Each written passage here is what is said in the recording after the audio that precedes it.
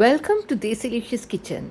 Hello friends, today let's see how to make this yummy nutritious carrot beetroot ki sabzi. I've heated oil in the pressure cooker. I'm adding mustard seeds, cumin seeds, urad dal, red chilies, a small pinch hing and garlic crushed. Garlic is optional. Curry leaves, ginger, green chilies. Give it a good stir and add beetroot and carrots. You can also add either beetroot or carrot.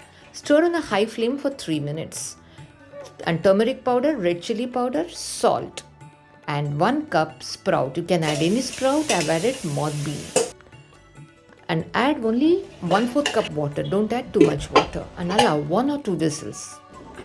Now the pressure is gone and now add 4 tablespoons roasted gram powder.